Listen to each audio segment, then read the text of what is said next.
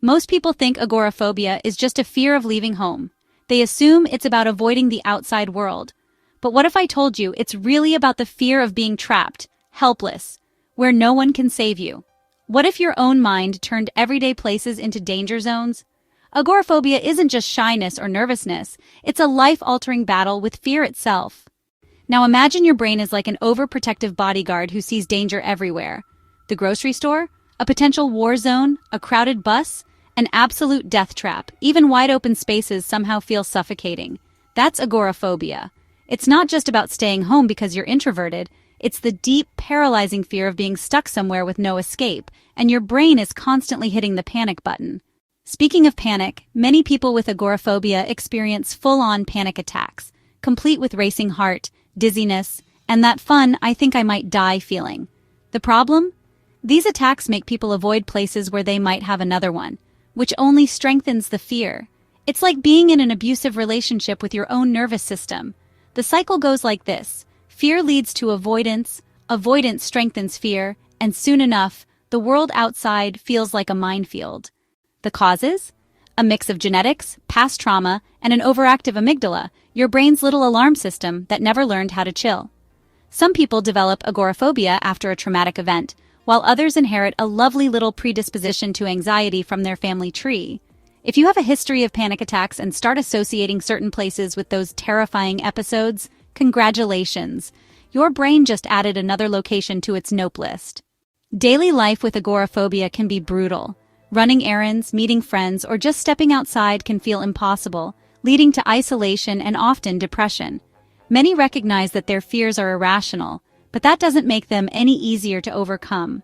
Some rely on safe people to go outside. Others limit themselves to specific environments where their anxiety doesn't go into overdrive. It's like living life on a tightrope where one wrong step could send your nervous system into a meltdown. A big part of agoraphobia is its relationship with panic disorder. Not everyone with agoraphobia has panic disorder, but a lot do. And once your brain starts linking panic attacks to certain places, those places become off-limits. Have a panic attack at the mall? Guess who's never going to the mall again? Over time, the list of unsafe places grows until suddenly, just stepping outside your front door feels like stepping onto the surface of the sun, overwhelming and full of existential dread. So how do professionals diagnose agoraphobia? Well, it's not just about fear, it's about consistent fear that affects daily life for at least 6 months. Mental health experts look for patterns. Are at least 2 different situations triggering that trapped feeling? Public transportation, open spaces, crowds, enclosed areas, being alone outside? If it's yes to a couple of those and it's interfering with basic functioning, that's when the diagnosis starts to take shape. But here's the good news. Agoraphobia is treatable. Cognitive behavioral therapy, or CBT, helps retrain the brain to stop seeing the outside world as a horror movie, while exposure therapy takes small steps toward facing fears. Literally, like first standing outside, then walking to the mailbox, then maybe even grabbing a coffee without feeling like you're defusing a bomb. Step by step, people rebuild confidence and break the cycle of avoidance. Medication can also play a role. Antidepressants like SSRIs or selective serotonin reuptake inhibitors help regulate anxiety, while benzodiazepines can offer short-term relief. But let's be real, they're not ideal for long-term use unless you want to collect a fun little addiction along with your anxiety. A combination of therapy and medication is often the best approach, especially for those with severe symptoms. Overcoming agoraphobia is a process, but it is possible. Many people slowly regain their ability to engage with the world, even if anxiety still lingers. Support from family and friends is crucial. Pressure doesn't help, but encouragement does. The small wins matter, and setbacks don't mean failure. With patience, persistence, and the right treatment, progress happens even if it doesn't always feel like it. Unfortunately, myths about agoraphobia still exist.